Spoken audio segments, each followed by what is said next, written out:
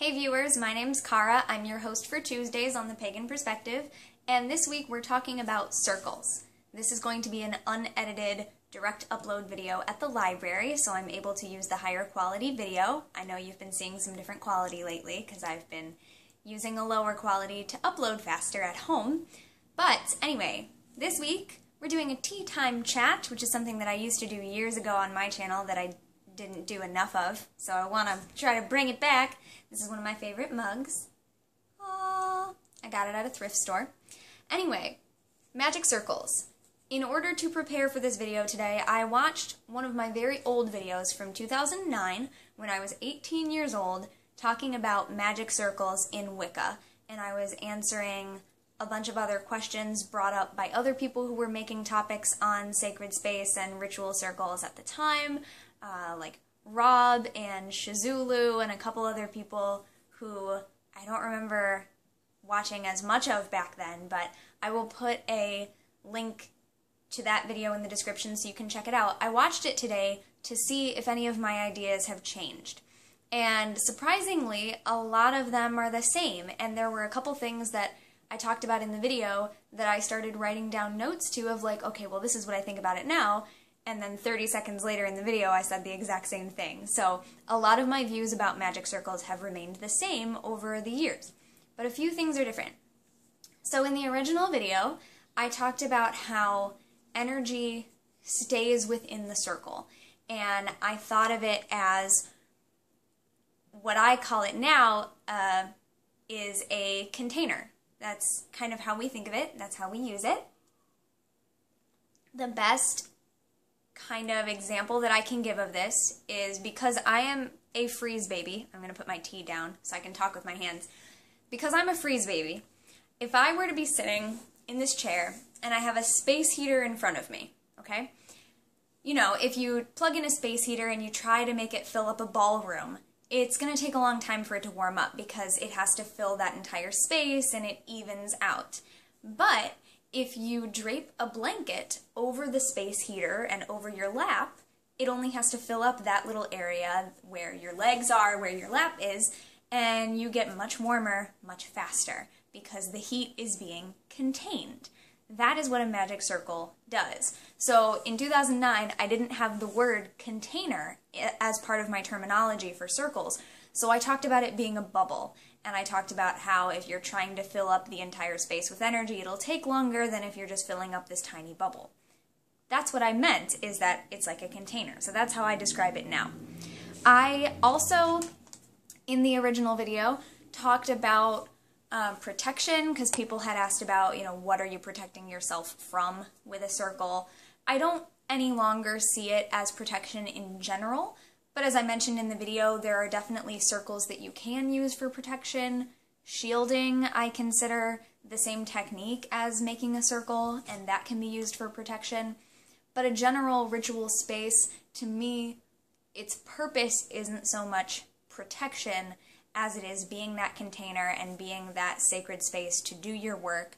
This is the space set aside for this work, and it's being contained there until you're ready to release all of the energy that you've built up.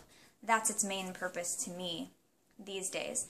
And I talked about why it's a circle as opposed to another shape. It's a sphere, actually.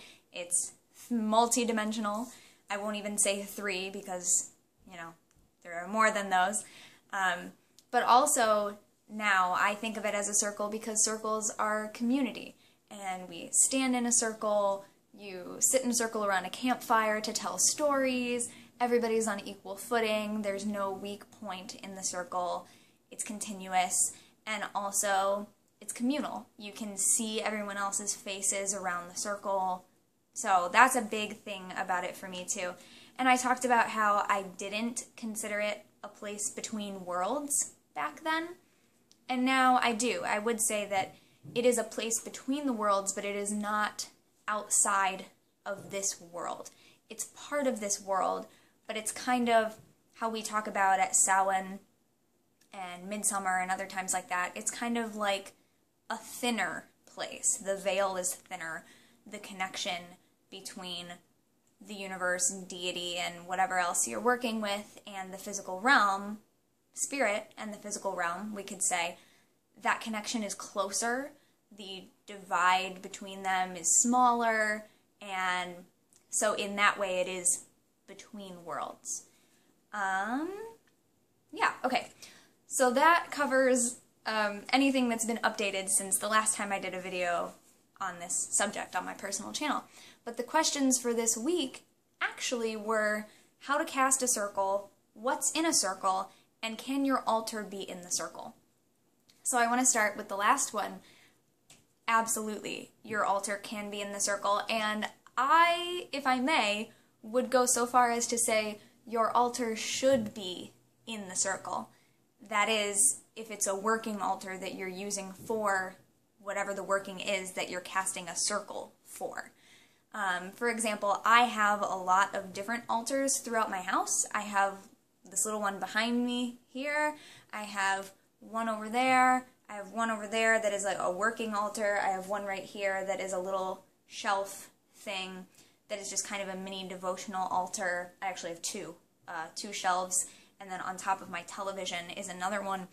So if I were to be doing a ritual where I was going to be working on something, I would include my working altar, the one where I actually would be doing stuff, that would be inside my circle.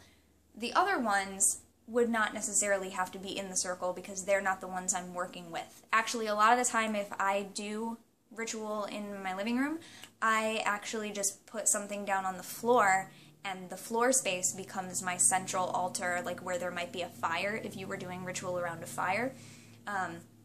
So I do things like that. I don't necessarily use any of the altar setups that are around the space. But yes, if you're using a ritual altar, if you have a working altar that you're using for whatever it is you're doing, I would say that the altar should be in that circle with you. It should be part of that sacred space. Especially if you're one of the people who believe that you shouldn't pass through the boundary of the circle to go and get things. I have kind of eased up on that in the past years as I've experienced different ways to be able to, you know, cut a door or part the circle and re-enter it, or you know what, I'm just going to do separate things on this to tell you about all this other stuff, but there are a lot of different ways that you can go about it, but I would say if you're one of the people who doesn't like to break the circle or leave the circle at any point during ritual, you want your altar to be inside your circle, you want everything that you could possibly need to be inside your circle. So, yes.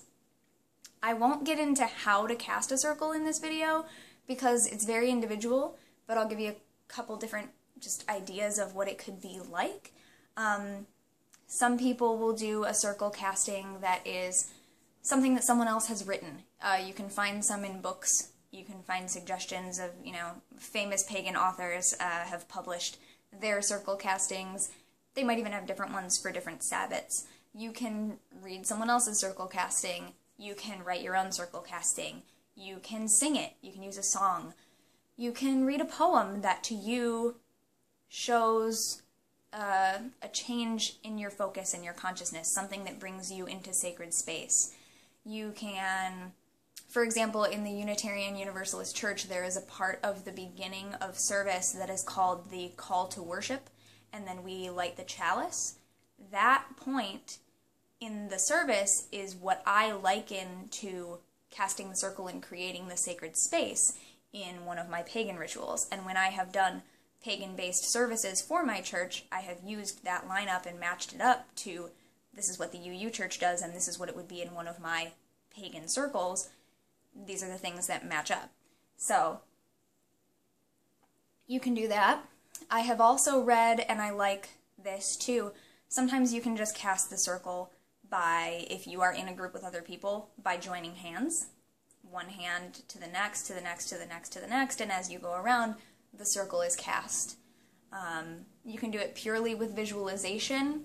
You know, if I really wanted to, I could sit here, right here, not moving, not say anything, and envision my circle being cast around me and create that sacred space. I could do that. That's not my personal preference. I have just found through experimentation that I personally like to move around the space, and I actually prefer not just standing in one place and turning around. I've tried this, I've experimented with all these different ways to see what I like best. I prefer actually getting up and walking around the space. I think that the motion and the physical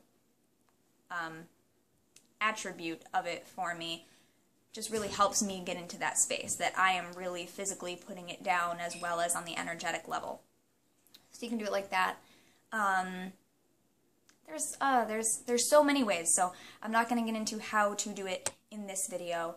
I am actually working on some secret projects right now that are separate things, and it'll be a lot of this kind of stuff. It'll be a lot of this basic stuff. It'll be a lot of teaching different ways that I've done it, different ways that I know other people have done it, and actually demonstrating some stuff, which you guys know I don't like to do in just regular old YouTube videos. So, separate secret projects. Yeah. And what's in a circle is the other thing that they asked. Well, your altar can be in your circle. Any of your things that you're going to be using for any ritual celebration, any spell work that you might be doing within that circle, that can all be inside your circle. People are inside the circle. Any energies that you invite would be inside the circle, such as the elements, mystery, any of your allies, any deities that you are... I have hiccups now from my tea. So clearly drinking more tea is the answer. Any deities that you invite or invoke, anything like that, the Fae, the ancestors, your spirit guides, anybody that you invite is going to be in that circle with you. And I'm not really sure if that's answering that question. I'm not really sure what that question was asking, except for physically what is inside your circle. Sometimes for me, nothing is inside the circle but me. Sometimes it's whatever I'm going to be working with. Like, it might be my tarot cards or my oracle cards. It might be candles and flowers. It might be, anything that you want to use for your offering, if you're doing offerings or doing a simple feast, which is like the equivalent of communion for Christians, or at least Catholics. Christians do communion too, right? Sometimes I forget. So, anything that you need can be inside the circle, I would say. And in the old video, I talked about how sometimes I would cast my circle in the shape of a square, like to fill the entire room that I'm in, so anything in that room would be accessible within the circle. I still definitely do that, only now instead of envisioning it just as stopping at the walls, you could also envision it as being that full sphere. It's just big enough to go around the whole space. Like if my mug were the room, it already is a circle, but pretend it's not. If I just cast the circle inside these boundaries, then okay, then inside the mug is sacred space and this is the boundary. But you can also make the whole sphere outside of it. So maybe you're inside the space, and you're definitely in it, but that sacred space also expands around the room that you're in, or around the house that you're in, or whatever you want to include. These days, I make my circles much bigger than 9 feet wide because I like to include more space. I like to include, my whole personal space. And when I was at camp, this is my shirt from camp, when I was at camp, we cast a circle around the entire property that the camp would be on, and that circle was up for the entire week that we were there. And then there were individual circles that we created for different rituals inside that larger space. So, yeah, this, of course, was a long video. I hope that you enjoyed it. Obviously, it leads to a lot more other things that I could talk about, that I will talk about in the future. And yeah, so please check out that video in the description. I'm also going to put a link in the description to a more recent video that I did about some of my experiences from camp in different energies within a ritual space, energies within circles. So if you haven't seen that, please check that out, and I'll see you next week. I'll see you till then. Sorry, I forgot if I had something else to say, and I'm not editing this video, so here we go. So until next time, don't forget to be awesome, blessed be, and goodbye.